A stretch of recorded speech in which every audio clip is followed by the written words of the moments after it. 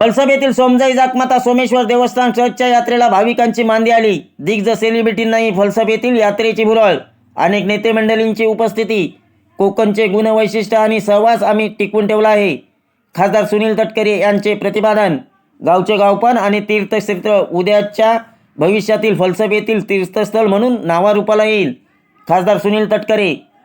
श्यामबाई राणेंसोबत गेले नसते तर चौथ्यांदा या मतदारसंघाचं नेतृत्व करीत राहिले असते. माजी आमदार श्यामबाई सावंत आणि खासदार सुनील तटकरे यांच्यामध्ये रंगली मैत्रीची मैफिल. आई सोमजाई मातेचे महात्म्य खूप मोठे आहे. नरेंद्र मोदींच्या नेतृत्वात देश प्रगतीकडे गेला. देशाची मान जगात पंतप्रधानांमुळे उंचावणी गेली आहे. मोदी असल्यामुळेच हजारो कोटींचे प्रकल्प उदयास. शिंदे, पवार आणि फडणवीस या तिघांच्या नेतृत्वात काम करणारे सरकार गतिमान सरकार. खासदार सुनील तटकरे. शिवडी नावासेवा पूल होताच मुंबईकरांचा प्रवास सुपरफास्ट होईल. फळसप येथील आई सोमजाई जाखम माता सोमेश्वर देवस्थान ट्रस्टचा उत्सव नुकताच पार पडला. यावेळी असंख्य भाविकांनी या उत्सवाला भेट दिली.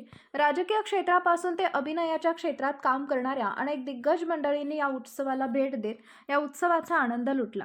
यावेळी व्यासपीठावर अनेक नेते मंडळी आणि कलाकार यांची भाषणे आकर्षणाचा भाग ठरला. रायगड लोकसभेचे खासदार आणि कोकणचे सुपुत्र सुनील तटकरे हे या कार्यक्रमाचे प्रमुख पाहुणे म्हणून उपस्थित होते. यावेळी तटकरेंनी आपल्या भाषणात अनेक गोष्टींचा उलगडा करत अनेक गोष्टींना उजाळा दिला. आई सोमजाई जाखमाता हे भविष्यात मोठं तीर्थस्थळ झाल्याशिवाय राहणार नाही. यापुढे येणाऱ्या भाविकांची संख्याही अफाट असेल असं त्यांनी सांगितलंय. फळसप हे आदर्श गाव असून सुसज्ज आणि देखणी निसर्ग सौंदर्यता या गावाला लाभली असून गावचे विश्वस्त आणि सन्माननीय भास्कर दाजी यांनी या गावचं वैभव तयार केलंय. त्यामुळे गावच्या विकासात आणखी भर घालण्यासाठी नव्याने तयार होणाऱ्या तलाव सौंदर्याकरता लवकरच पर्यटन विभागामार्फत त्याला निधी उपलब्ध करून देऊ असा विश्वास त्यांनी यावेळी व्यक्त केला. याप्रसंगी व्यासपीठावर मुंबईचे खासदार मनोज कोठाक, चेअरमन भास्करदाजी विचारे, माजी आमदार श्यामबाई सावंत, मनसे नेते संदीप जलगावकर, कृषी सभापती बबन मनवे, तालुका अध्यक्ष समीर बनकर, जिल्हा चिटणीस महादेव पाटील, सिने अभिनेत्री नम्रता गायकवाड, दुष्यम नेते अभिनेता कमलाकर सावंत यांसह अनेक मान्यवर आणि भाविक उपस्थित होते. ब्युरो रिपोर्ट, तेज मराठी न्यूज. जेवढा काही पायाभूत सुविधा आहे हे गणाच्या दुष्काळून गेले 15-20 वर्ष माझ्यासारख्या कार्यकर्त्याला त्या ठिकाणी काम करता आलं. दाजींनी सांगावं, मी ऐकावं अशीच गेली अनेक वर्षाची प्रथा राहिली. यावर्षी दाजींनी तलावाचा संकल्प सोडला आणि काही दिवसापूर्वीच अभिने मला आता जी 3D या ठिकाणी दाखवली त्याचं एक छोटीशी त्यांनी मला CD पाठवलेली होती आणि त्यांनी मला मेसेजवरती एवढंच विचारलं होतं की हे बरोबर आहे का नाही. आता दाजी, तुम्ही आता अभिला इतकं तयार केलं की तुम्ही मला सांगत आलात, पण न सांगता न बोलता तो मला असं सगळं सांगत असतो की ते मला तुम्ही सांगतात अशा भावना मनामध्ये असतात आणि त्याच्यात कुठल्याही गोष्टीची संपर्क राहणार आहे तर ते खरोखर आम्ही त्या ठिकाणी घेत असतो. म्हणत आज तुम्ही याचं भूमिपूजन केलं. मनोजी थोडं अर्धा तास लवकर आला असतं तर तुमच्याच असते नारळ पडला असतं. नाहीतरी आता महायुतीमध्ये आपण सगळेजण सोबतच आहोत. त्यामुळे सगळेजण एकाच व्यासपीठावरती असताना कलाकारांना त्याच्यातून काय वेगळं वाटणार नाही याची पूर्णपणाची हमी घेऊनच मी माझं मनोगत त्या ठिकाणी व्यक्त करणार आहे. पण शेवटी या देशाच्या उन्नतीसाठी, देशाच्या प्रगतीसाठी नरेंद्र मोदींच्या नेतृत्वाखाली गेल्या 10 वर्षामध्ये नेतृत्वपूर्ण पद्धती या देशाने केली. जगाच्या पाठीवरती देशाची मान अतिशय उत्तम पद्धतीने त्या ठिकाणी उंचावली गेली.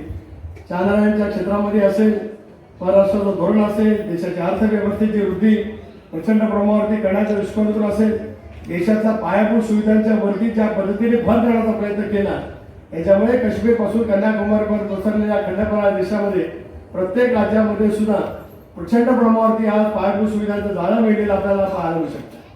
काल परवाच शेवटी ते नावा 23 किलोमीटर लांबीच्या पुलाचं लोकार्पण झालं. खरं तर मनोजी, मी ज्यावेळेला नगरविकास राज्यमंत्री होतो, विलासराव देशमुख त्यावेळेला राज्याचे मुख्यमंत्री होते. तुम्ही किती साली नगरसेवक मला झाला माहीत नाही, पण MUTP MEIP चा प्रकल्प ज्यावेळेला मी सभागृहामध्ये मांडला त्यावेळेला त्या महत्त्वाकांक्षी पुलाचं काम आम्ही हातामध्ये घेतलं होतं. परंतु 2 अंबानी बंधूंच्या निविदेच्या भांडणाच्यामुळे दीर्घकाळ तो प्रकल्प त्या ठिकाणी रखडला आणि मग काहीशे 300-400 कोटीचा असलेला प्रकल्प, त्या कालावधीमध्ये असलेला प्रकल्प आज 22,000 कोटीपर्यंत त्या ठिकाणी गेला. नरेंद्र मोदी देशाचे पंतप्रधान होते म्हणूनच 22,000 कोटीचा प्रकल्प आज कोकणाच्या विकासाचा एक महाद्वार खुलं झालेला आपल्याला पाहायला मिळतो. जपानच्याकडून 0% दराने कर्ज मिळवणं आणि अतिशय 4 पदरी पद्धतीचा जर का आपण पूल पाहिला, एक विहंगम पद्धतीचं त्या पुलावरती गेल्याचे तर आपल्या मनामध्ये सद्भाव नसतात. आंब्याच्या खाडीवरचा पूल ज्याला बॅरिस्टर अब्दुल साहेबांनी 42-43 वर्षापूर्वी बांधला असेल, साळावचा असेल, नांदीचा असेल, अशी वेगवेगळी पुलं त्या कालावधीमध्ये बांधली गेली. 40-42 वर्षापूर्वी देशाच्या गरजा, इथल्या सगळ्या परिसराला गरजा आणि उद्याच्या भवितव्याच्यासाठी या देशाच्या पायाभूत सुविधांमध्ये काय पद्धतीने भर केली गेली पाहिजे यापैकीचा दृष्टिकोन ज्यावेळेला देश पातळीवरती ठेवला जातो त्याला राज्यामध्ये सुद्धा तशाच गोष्टीचं स्वागत करण्याची भूमिका सर्वांना त्या ठिकाणी कुठेतरी घ्यावी लागत असते. एकनाथराव शिंदे असतील, देवेंद्रजी असतील, अजितदादा असतील यांच्या नेतृत्वाखालचं काम करणारं महायुतीचं सरकार आता कोकणाच्या अनेक गोष्टीकडे त्या निमित्ताने लक्ष देत आहे.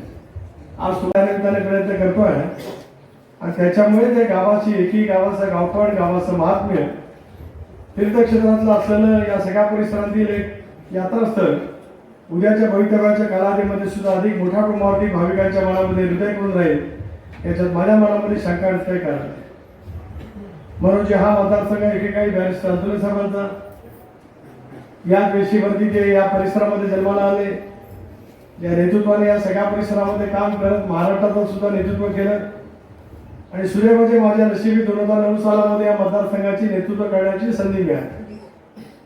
श्यामबाई जसं हसत खेळत बोलते असतात, मैत्री सुद्धा त्यांची आमची प्रदीर्घ काळातली आहे आणि म्हणत मगाशी बोलता बोलता एकच वाक्य करून बोलून गेले की थोडंसं तहामध्ये ते कमी पडले.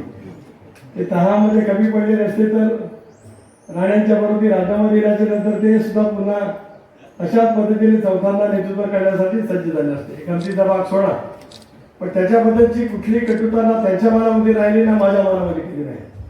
एकोपणाची मैत्री जशी दाजींनी सांभाळली, आम्ही सर्वांबरोबर परस्परांना अंतःकरणापासून जो प्रेम त्या ठिकाणी दिलं, त्याच पद्धतीने आज श्यामबाई असतील, आपण सर्वजण असतो, तशाच पद्धतीने आम्ही सगळेजण काम करण्याचा प्रयत्न करतो. म्हणून जे आज या ठिकाणी आलात, गेले अनेक वर्ष दाजी सर्वांनाच या ठिकाणी बोलत राहिले. म्हणून जोशी सर आले, जी डाके आले, सर्व राजकीय पक्षांचे नेते या ठिकाणी आले. आई सोमजाई जाखमाता सोमेश्वर देवस्थानचं महात्म्य इतकं मोठं आहे, ज्याला ज्याला दाजींनी साथ घातली, ज्याला निमंत्रण दिलं ते प्रत्येकजण या सगळ्या परिसरामध्ये आले आणि या सगळ्या परिसराचं जे काही आध्यात्मिक महात्म्य आहे त्या आध्यात्मिक महत्वाचा अनुनय प्रत्येकाला करण्याची त्या निमित्ताने संधी मिळाली. इथे यावं, देवीचे चरणी नतमस्तक व्हावं, आपल्या मनामध्ये असलेल्या वेदना, मनामध्ये असलेल्या भावना देवीच्या चरणी समर्पित कराव्या. उद्याच्या भवितव्यातल्या आशा आकांक्षा, उद्याची स्वप्न साकार करण्याची करतून नतमस्तक होत त्या ठिकाणी प्रार्थना करावी. मग ज्या ज्या क्षेत्रातला जो भाविक या सगळ्या परिसरामध्ये दाजींच्या आग्रहाखातर राहिला, बापूंच्या आग्रहाखातर राहिला, त्याला त्या पद्धतीचं यश नक्कीच त्या ठिकाणी होऊ शकेल. कालावधीमध्ये तुम्हाला एवढं लांबून यावं लागणार नाही. शिवडी वरना तुम्ही नामाशेवाला उतराल, 5 मिनिटाच्या अंतरावरती करंजाला पोचाल, करंजावरनं 3 मिनिटाच्या अंतरामध्ये रेवसला पोचाल, म्हणजे अलिबाग तालुक्यामध्ये पोचाल. तिथून 50 मिनिटामध्ये तुम्ही आगरदांड्याला जाल आणि आगरदांड्यावरनं तुरबाडी आहे, त्यापैकी अनेकांना गाव माहिती आहे. आगरदांडा ते दिघी असा पूल होणार होता, तो आता आगरदांडा ते तुरबाडी होईल. तिथे या आणि तिथूनच निसर्गरम्य अशा समुद्र किनाऱ्याला ज्यावेळेला दक्षिण काशीवर ओळखलं जाणारं तीर्थक्षेत्र असेल हरिहरच्या किनारपट्टीवरती पोचाल, तो 3-3.5 तासाचा प्रवास तुम्हाला त्या ठिकाणी निश्चितपणाने पाहायला मिळेल. आज अनेक जण अनेक वेळा बोलतात की कोकणचा कॅलिफोर्निया झाला पाहिजे. अनेक आज जगभरातील पर्यटक गोव्याच्या निसर्गाचा आस्वाद घेण्यासाठी त्या ठिकाणी येतात.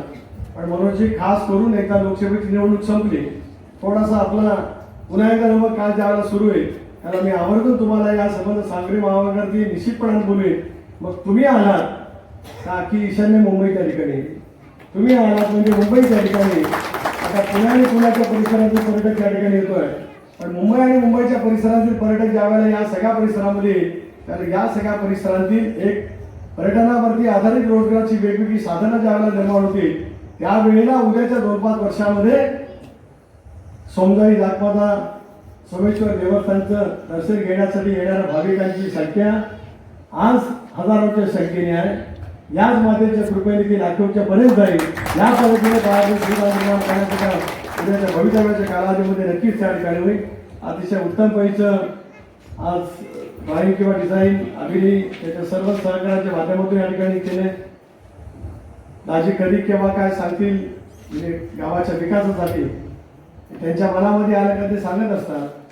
आता हे अवघड पद्धतीचं शेवधनुष्य मला पेलावं लागत असतं, पण 8 दिवसापूर्वी त्यांनी मला सांगितलं मी 3 दिवसाच्या आत या कामाच्या राज्य सरकारच्या पर्यटन खात्यातून मंजुरीचे आदेश तुमच्या घरापर्यंत पोहोचवी.